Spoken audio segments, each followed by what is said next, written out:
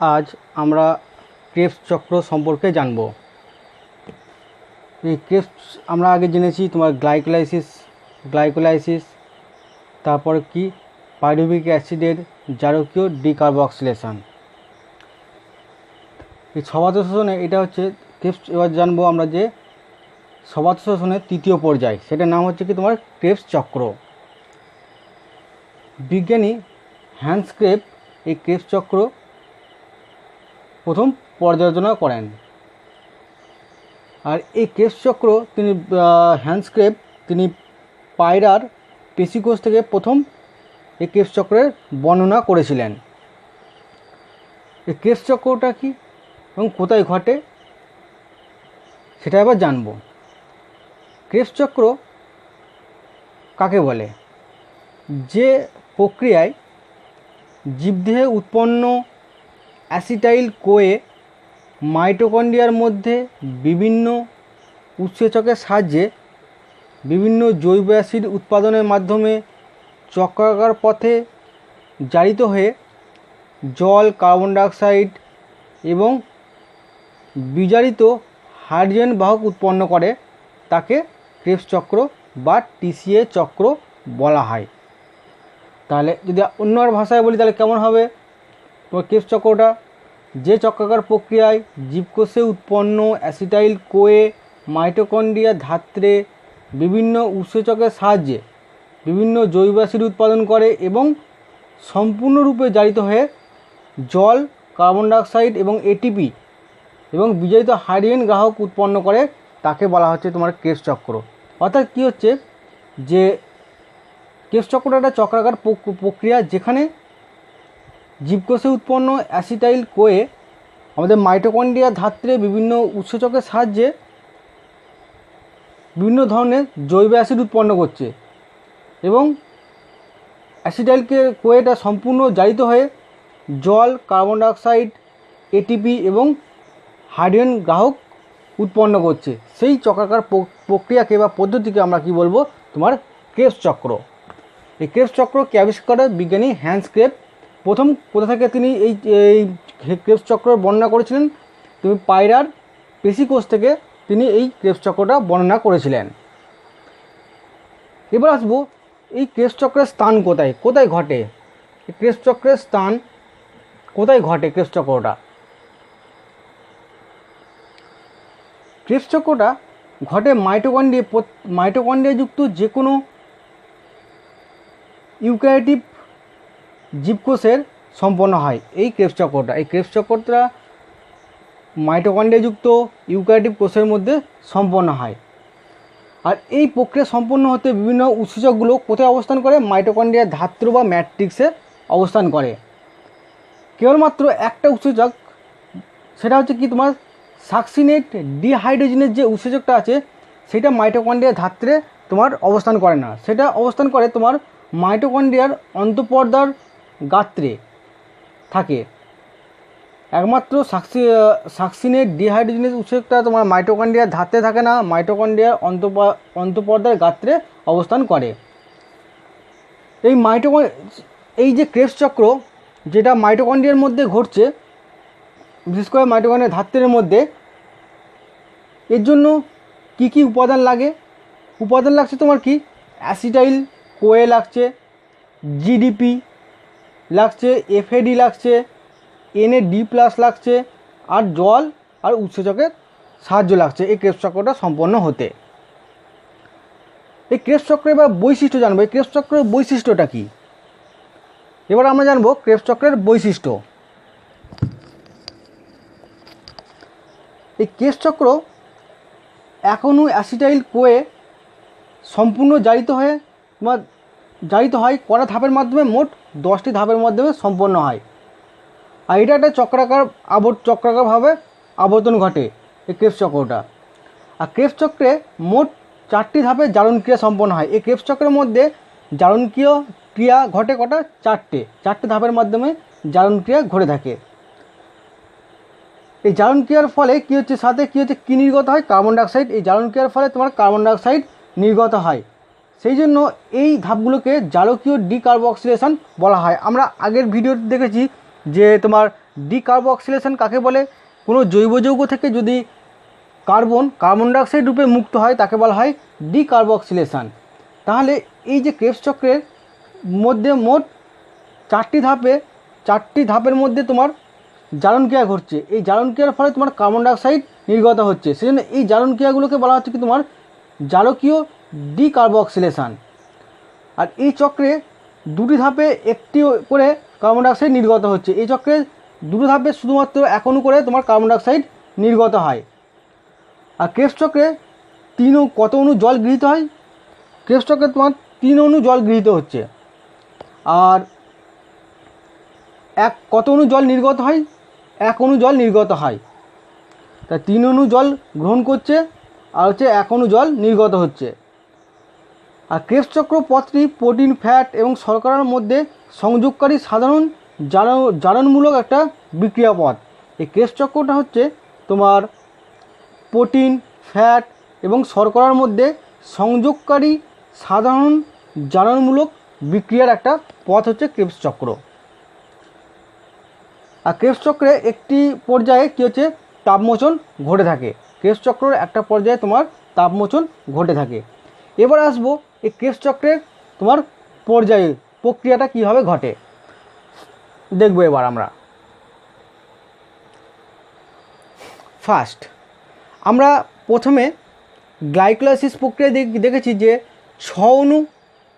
6 কার্বনযুক্ত glucose বিভিন্ন উৎসেচকের দ্বারাই তোমার কোষের সাইটোপ্লাজমের মধ্যে গ্লাইকোলাইসিস প্রক্রিয়ার মধ্যে দিয়ে তোমার 3 কার্বনযুক্ত পাইরুভিক অ্যাসিড উৎপন্ন করে।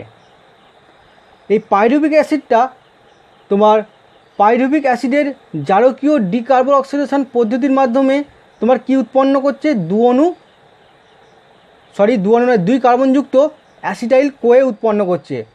পাইরুভিক অ্যাসিড যেটা 3 কার্বন বিশিষ্ট সেটা জারকীয় ডিকার্বক্সিলেশন পদ্ধতির মাধ্যমে এবং কিছু উৎসেচকের সাহায্যে তোমার কি উৎপন্ন করছে? 2 কার্বনযুক্ত অ্যাসিটাইল কোয়ে উৎপন্ন করছে।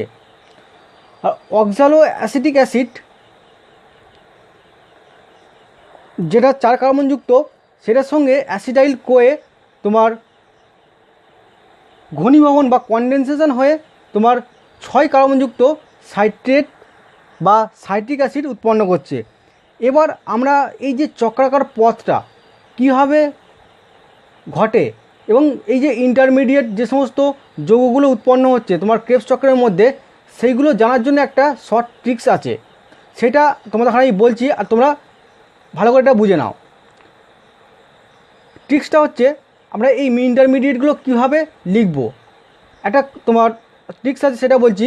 Hour CTCA is OCA kept safe and secure from mob star. Our CTCA is OCA kept safe and secure from mob star. এইটা দিয়ে আমরা সমস্ত ক্রেবস চক্রের সমস্ত ইন্টারমিডিয়েটগুলো আমরা জানতে পারবো কীভাবে, সেটা আমি বলছি। বা দেখো, প্রথমে কি বলেছি? আওয়ারের প্রথম অক্ষরটা ও দিয়ে কী হচ্ছে? অক্সালো অ্যাসিটিক অ্যাসিড। ও দিয়ে অক্সালো অ্যাসিটিক অ্যাসিড। সি দিয়ে কি উৎপন্ন হচ্ছে? তোমার সাইট্রেট বা citric acid. Cis aconitic acid. Cis aconitic acid. তারপর আছে কি তোমার ইজ আইসো সাইট্রেট। দিয়ে আইসো সাইট্রেট। তারপর কি বলেছি? OCA oxalosuccinic acid. OCA oxalosuccinic acid. তারপর আছে কি? কেপ্টের KE নিলে কি হচ্ছে?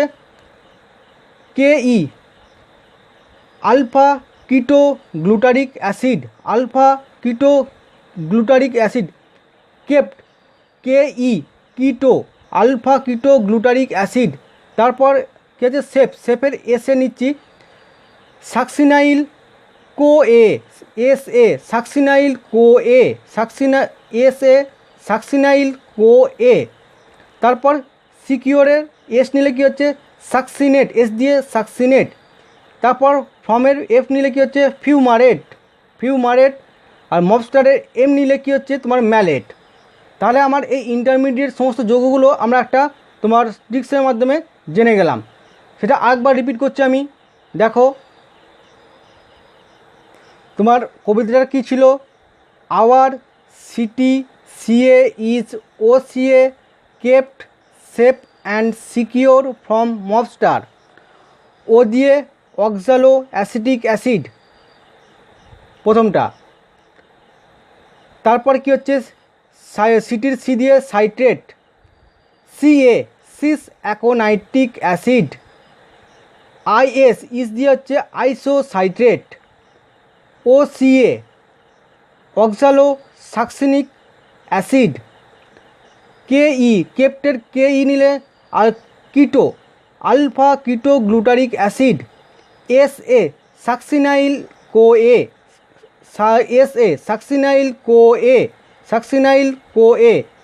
তারপর সিকিওরের এস নিলে কি হচ্ছে সাকসিনেট, এস দিয়ে হচ্ছে কি তোমার সাকসিনেট। এফ দিয়ে কি হচ্ছে তোমার ফিউমারেট, এম দিয়ে কি হচ্ছে তোমার কি ম্যালেট। এইভাবে আমি ইন্টারমিডিয়েট এই ক্রেবস চক্রের মধ্যে সমস্ত ইন্টারমিডিয়েট যৌগগুলো আছে তোমার ইন্টারমিডিয়েট যৌগগুলোকে আমরা কি হচ্ছে লিখে ফেলতে পারবো। নেক্সট আমরা আসবো যে কী কী এই যে তোমার একটা ইন্টারমিডিয়েট যৌগ থেকে একটা ইন্টারমিডিয়েট যৌগ তৈরি হচ্ছে, তার জন্য কোন কোন উৎসেচকগুলো লাগছে সেইগুলো আমরা এবার জানবো। এর জন্য একটা ট্রিক্স আছে, সেটা হচ্ছে কি scene অ্যাকো D ডিকার D thio D মারো ডি, এরকম একটা ট্রিক্স আছে। Scene অ্যাকো D ডিকার D thio D ফিউমার ও ডি। আবার বলছি scene অ্যাকো D ডিকার D thio D ফিউমার ও ডি। এটা দিয়ে কীভাবে আমরা এই ইন্টারমিডিয়েট যৌগগুলোর যে উৎপন্ন হচ্ছে তার জন্য কী কী উৎসেচক বা এনজাইম লাগছে সেগুলো এবার আমরা দেখব। প্রথমটা হচ্ছে কী বলছে সিন, SYN সিন কি উৎপন্ন হচ্ছে তোমার অক্সালো অ্যাসিটিক অ্যাসিড থেকে তোমার সাইটেট উৎপন্ন হচ্ছে। প্রোডাক্টটা কি তোমার সাইটেট। সিন মানে সিনথেটেজ, মানে সাইটেট সিনথেটেজ। ওখানে প্রথম তাহলে ইন্টারমিডিয়েট অক্সালো অ্যাসিডিক থেকে তোমার সাইটেট উৎপন্ন হতে কোন উৎসেচক লাগছে? সিন মানে হচ্ছে সিনথেটেজ। তাহলে প্রোডাক্টটা কি সাইটেট সিনথেটেজ।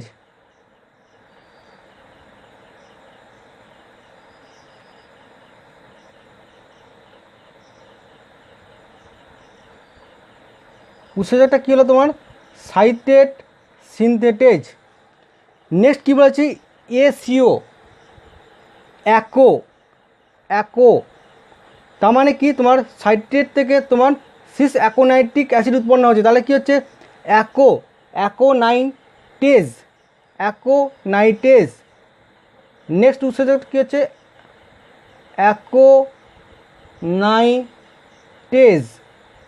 অ্যাকো থেকে কী হচ্ছে অ্যাকোনাইটেজ। তারপরে কী হচ্ছে তোমার এটা দুটো হবে পরপর উৎসেচকটা দুবার লাগবে। অ্যাকোনাইটেজ উৎসেচকটা দুবার লাগবে। তারপরটা হচ্ছে তোমার কি আবার লাগছে অ্যাকোনাইটেজ।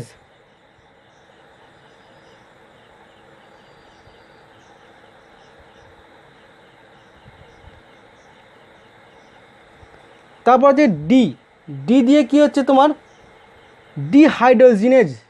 ডি দিয়ে হচ্ছে কি তোমার ডিহাইড্রোজিনেজ। এখানে আইসোসাইটেট থেকে তোমার অক্সালো সাকসিনিক অ্যাসিড উৎপন্ন হচ্ছে। তাহলে ডিহাইড্রোজিনেজ কোন কার সঙ্গে মিল হবে? আইসোসাইটেট ডিহাইড্রোজিনেজ। আইসোসাইটেট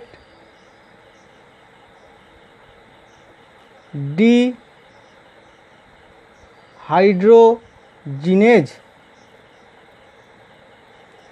তাহলে আইসোসাইটেট থেকে অক্সালো সাকসিনিক অ্যাসিড উৎপন্ন হলো।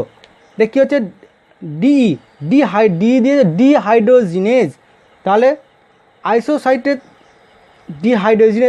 থেকে তোমার অক্সালো সাকসিনিক অ্যাসিড উৎপন্ন হচ্ছে, সেজন্য হচ্ছে আইসোসাইটেট ডিহাইড্রোজিনেজ। নেক্সট কী আছে ডিকার, ডিকার মানে হচ্ছে ডিকার্বক্সিলেশন পদ্ধতি ঘটছে এখানে, সেই জন্য এখানে ডিকার্বক্সিলেজ উৎসেচক লাগছে। ডিকার মানে ডিকার্বক্সিলেজ, কিসের ডিকার্বক্সিলেজ উৎসেচক লাগবে? অক্সালো সাকসিনিক ডিকার্বক্সিলেজ, অক্সালো সাকসিনিক ডিকার্বক্সিলেজ।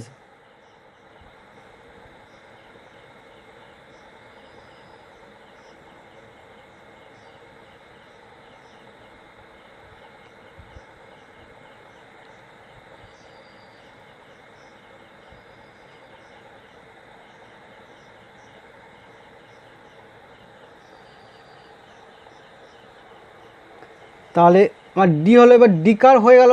ডিকার কী হলো? Decarboxylase, oxalosuccinic decarboxylase. তারপরে হচ্ছে তোমার ডিই, ডিই মানে হচ্ছে ডিহাইড্রোজিনেজ, আলফা কিটো গ্লুটারিক অ্যাসিড থেকে তোমার সাকসিনাইল কোয়ে উৎপন্ন হচ্ছে। তাহলে কোন উৎসেচকটা লাগবে? আলফা কিটো গ্লুটারিক ডিহাইড্রোজিনেজ। এখানে তাহলে কোন উৎসেচক লাগছে? আলফা কিটো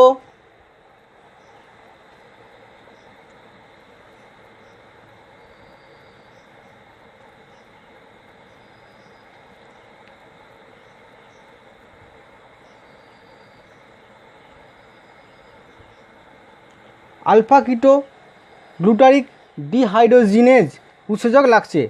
তা ডিই মানে কী হলো আমার? ডিহাইড্রোজিনেজ, আলফা কিটো গ্লুটারিক অ্যাসিড থেকে তোমার সাকসিনাইল কোয়ে উৎপন্ন হতে তোমার আলফা কিটো গ্লুটারিক ডিহাইড্রোজিনেজ উৎসেচক লাগছে। নেক্সট কী আছে তোমার? থায়ো, থায়ো, থায়ো থেকে কী আছে? থায়োকাইনেজ। কী প্রোডাক্টটা হচ্ছে তোমার আমার? সাকসিনাইল থেকে সাকসিনিল উৎপন্ন হচ্ছে। তাহলে কী হবে তোমার? সাকসিনিল থায়োকাইনেজ। নেক্সট উৎসেচক কি তোমার? সাকসিনিল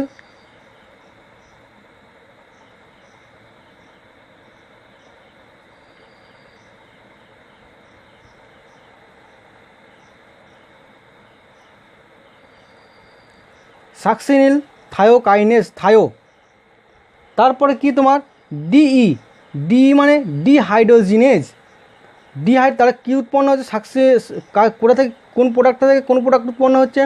সাকসিনেট থেকে তোমার ফিউমারেজ, সেন সাকসিনেট ডিহাইড্রোজিনেজ।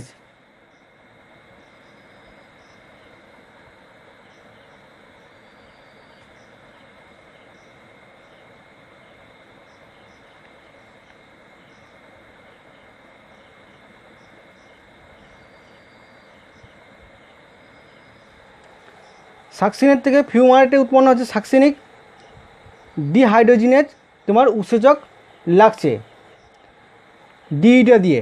তারপর আছে ফিউমার, তারপর আছে ফিউমারেজ থেকে তোমার ম্যালেট উৎপন্ন হচ্ছে। ফিউমারেট থেকে ম্যালেট উৎপন্ন হচ্ছে। এখানে কোন উৎসেচক লাগছে? ফিউমারেজ।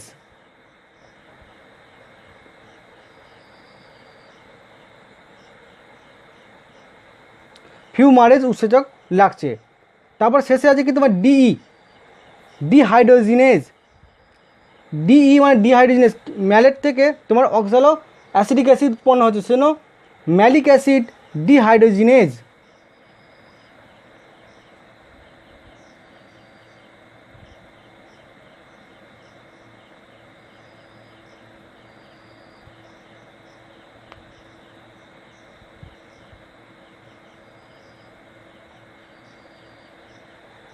ম্যালিক অ্যাসিড ডিহাইড্রোজিনেজ উৎসেচক লাগছে। তোমার ম্যালেট থেকে অক্সালো অ্যাসিডিক অ্যাসিড উৎপন্ন হচ্ছে। আবার বলছি এনজাইমগুলো কোথায় কোথায় লাগছে। প্রথমে তোমার অক্সালো অ্যাসিডিক অ্যাসিড থেকে সাইটেট, এটা হচ্ছে কি সিনথেটেজ, সিন দিয়ে হচ্ছে সিনথেটেজ, যেহেতু তোমার সাইট্রিক অ্যাসিড উৎপন্ন প্রোডাক্টটা উৎপন্ন হচ্ছে তাই সাইটেট সিনথেটেজ। তারপর কি আছে তোমার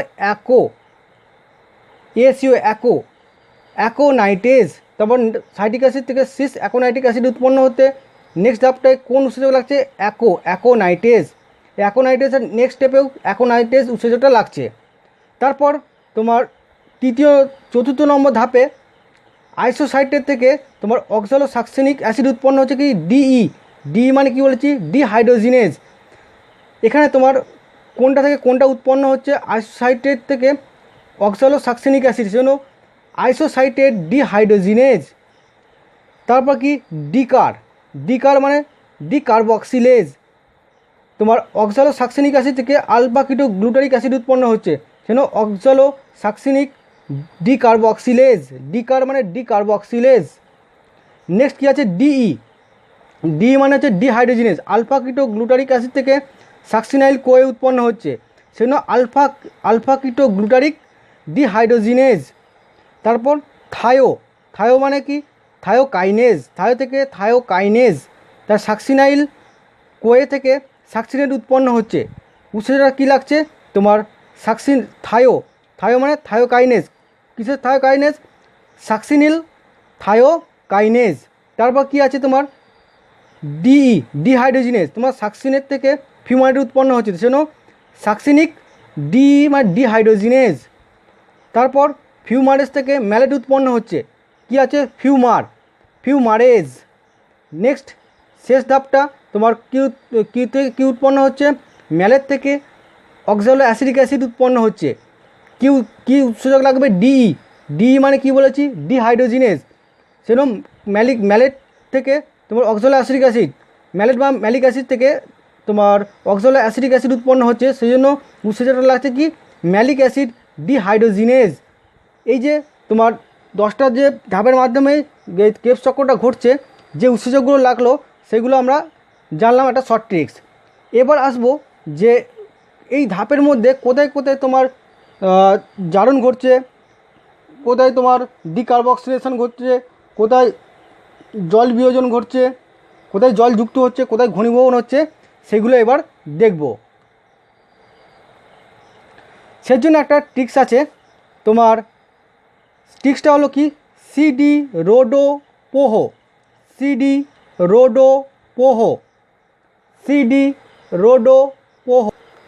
এবার সিডি রোডোপোহো এটা দিয়ে আমরা তোমার এই ইন্টারমিডিয়েট যে মাঝে যে কোনটায় তোমার জারণ, কোনটায় তোমার ঘনীভবন ঘটছে, সেগুলো দেখব আমরা।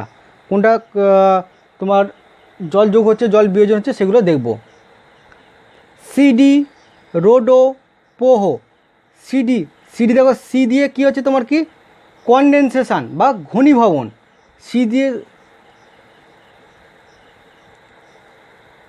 সিডি রোডোপোহো। সিডির হচ্ছে সিটা দিয়ে হচ্ছে তোমার কি কনডেনসেশন বা ঘনীভবন। ডি দিয়ে কী হচ্ছে তোমার ডিহাইড্রেশন বা জল বিয়োজন।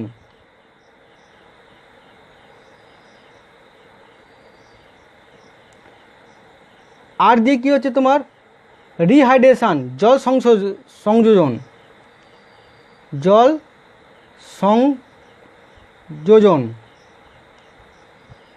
ও দিয়ে কী হচ্ছে তোমার অক্সিডেশন বা জারণ। ডি দিয়ে কী হচ্ছে তোমার ডিকার্বক্সিলেশন।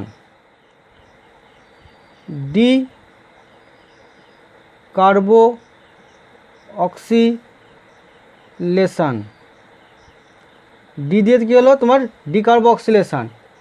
ও দিয়ে কী হচ্ছে এই ওটা দিয়ে হচ্ছে তোমার অক্সিডেটিভ ডিকার্বক্সিলেশন।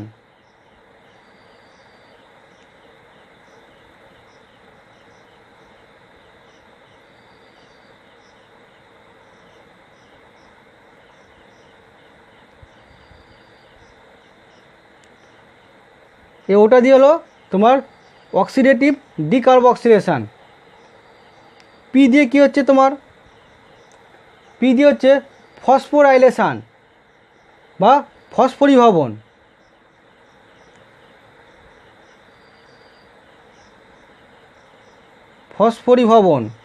পি দিয়ে। ও দিয়ে কী হচ্ছে তোমার হচ্ছে অক্সিডেশন বা জারণ।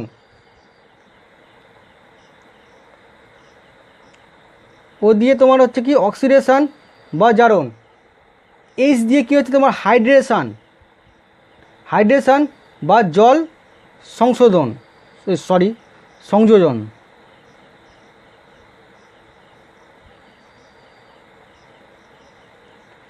এইচ দিয়ে হচ্ছে হাইড্রেশন বা জল সংযোজন, আর এই শেষ ওটা দিয়ে কী হচ্ছে তোমার অক্সিডেশন বা জারণ।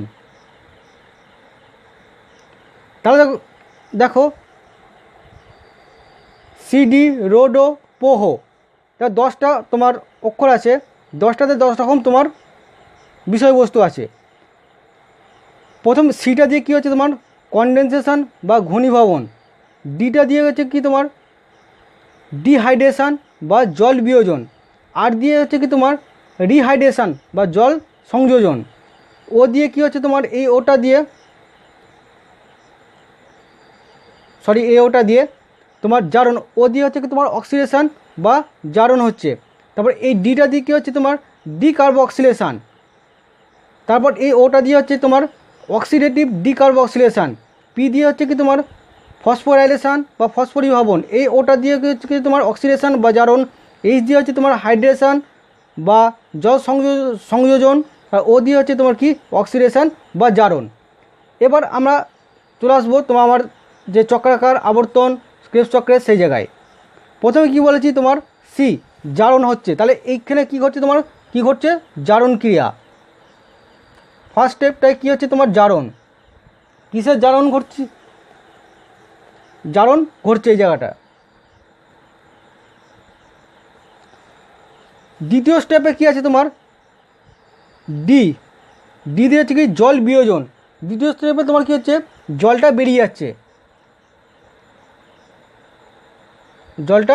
যাচ্ছে, তিন নম্বর কি আছে আর রিহাইড্রেশন, মানে জল যুক্ত হচ্ছে।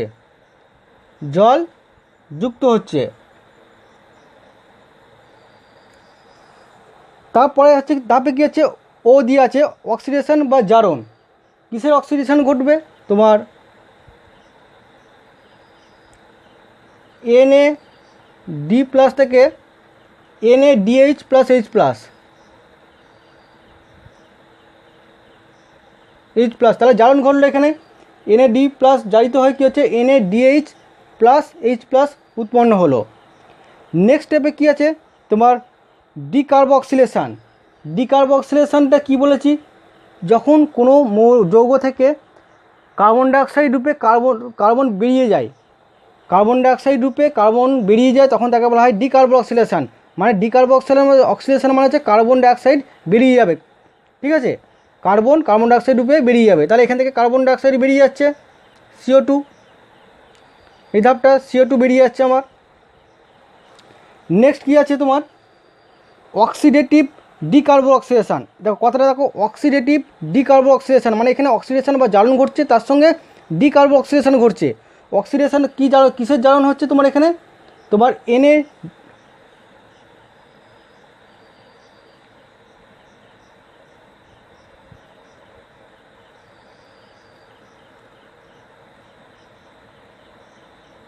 NaD প্লাস কি উৎপন্ন হচ্ছে NaDH প্লাস H প্লাস উৎপন্ন হচ্ছে। আর কি হচ্ছে এর সঙ্গে ডিকার্বক্সিলেশন, মানে কার্বন ডাইঅক্সাইডটা তোমার বেরিয়ে যাচ্ছে। তাহলে এই ধাপে ওটা কী হলো তোমার অক্সিডেটিভ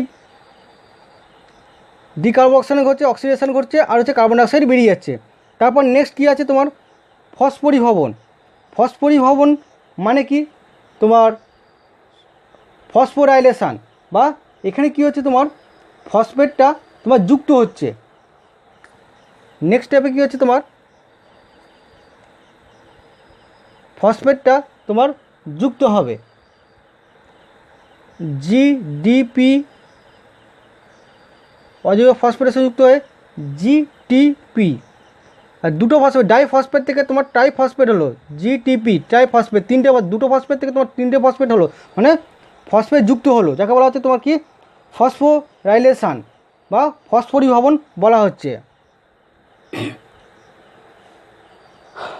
এখানে তোমার জল যুক্ত হচ্ছে। তারপর নেক্সট ধাপে কী আছে ও আছে অক্সিডেশন বা জারণ ঘটছে। এখানে কিসের জারণ ঘটবে? তোমার FAD থেকে FADH2, তাহলে জারণ ঘটলো FAD থেকে তোমার FADH2 উৎপন্ন হলো, H2 উৎপন্ন হলো, তাহলে জারণ ঘটলো। নেক্সট স্টেপে হচ্ছে তোমার হাইড্রেশন, জল সংযোজন। তাহলে নেক্সট স্টেপে কী হচ্ছে? তোমার জল যুক্ত হচ্ছে, এই যে মানে হাইড্রেশন, জল যুক্ত হচ্ছে। তারপরে শেষ ধাপটায় কী আছে? তোমার ও মানে অক্সিডেশন বা জারণ। কিসের জারণ ঘটবে? তোমার NAD+ থেকে কি উৎপন্ন হবে? NADH+H+ উৎপন্ন হচ্ছে। তাহলে আমার প্রত্যেকটা ধাপে কোথায় কি ঘটলো আমরা পেয়ে গেলাম। ফার্স্ট হচ্ছে সি দিয়ে কি হলো? তোমার কনডেনসেশন বা ঘনীভবন। কি ঘনীভবন ঘটলো এখানে?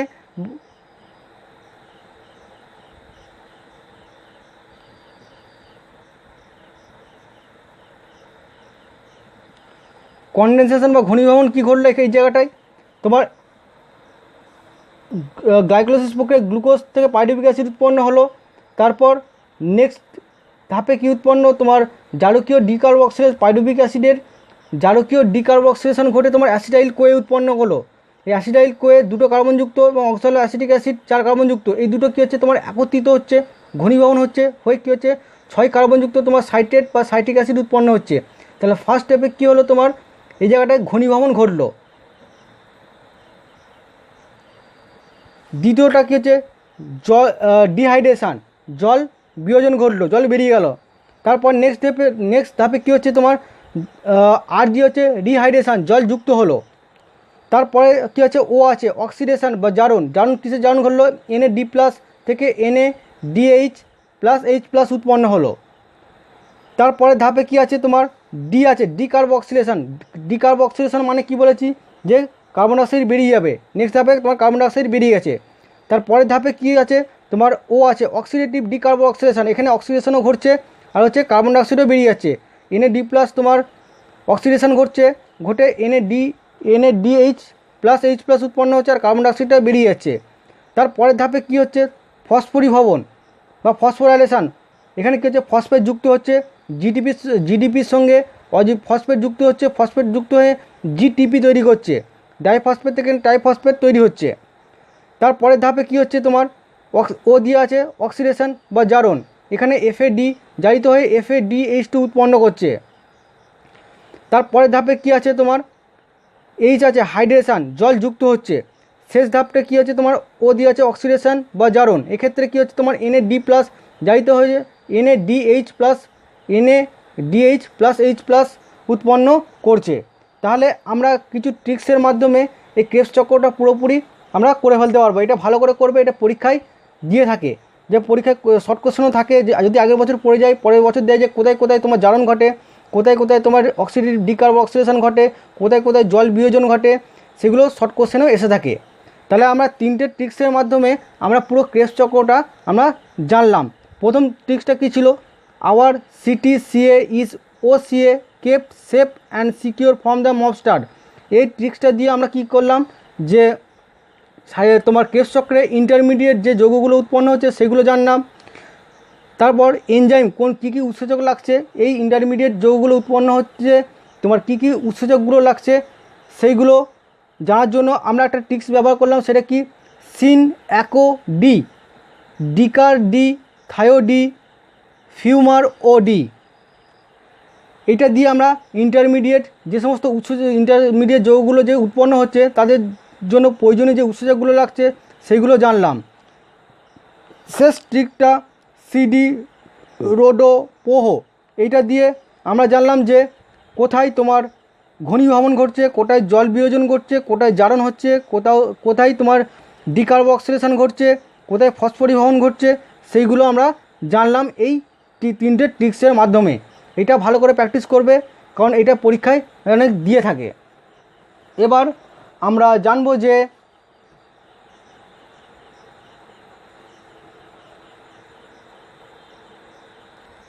যে গ্লাইকোলাইসিসের পরবর্তী যে ক্রেবস চক্র যে প্রক্রিয়াটা, এই ক্রেবস চক্রের গুরুত্বটা কী? তা ক্রেবস চক্রের গুরুত্ব কী?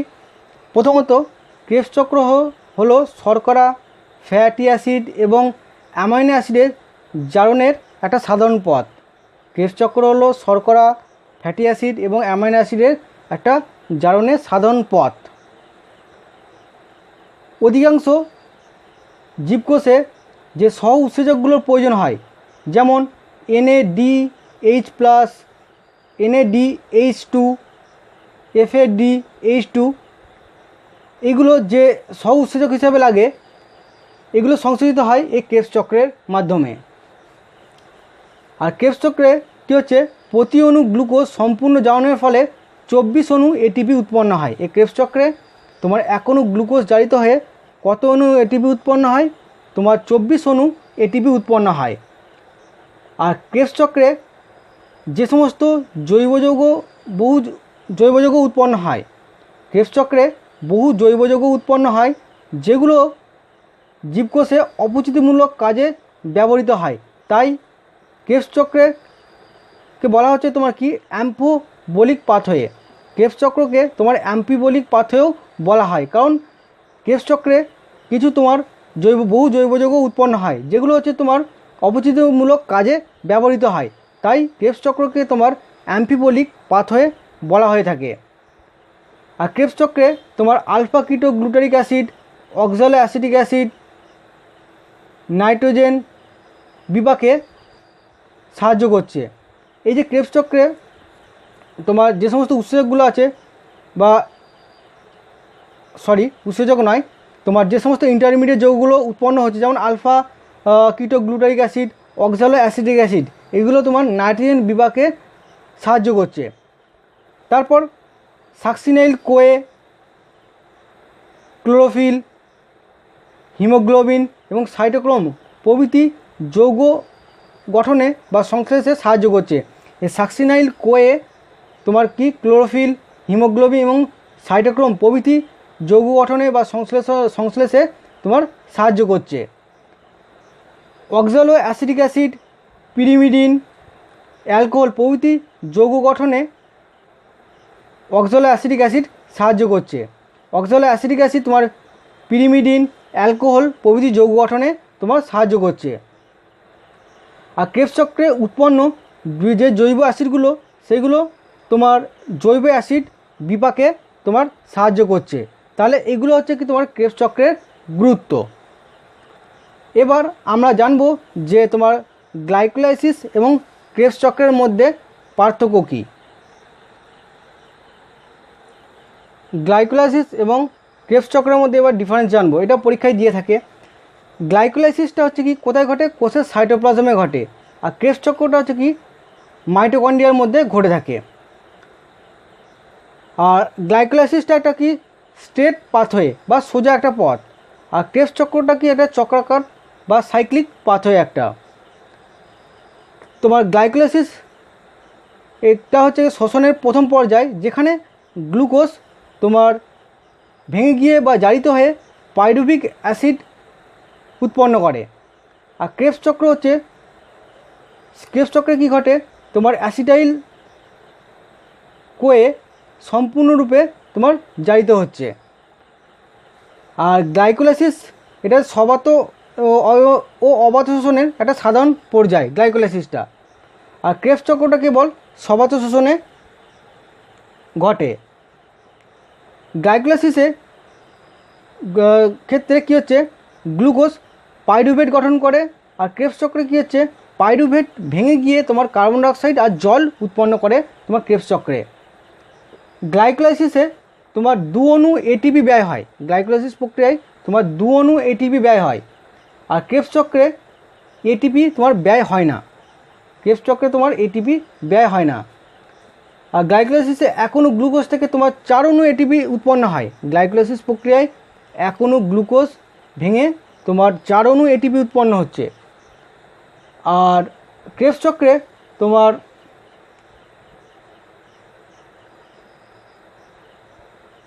দুটো অ্যাসিটাইল রেসিডিউ থেকে 2টো এটিপি অণু উৎপন্ন হয়।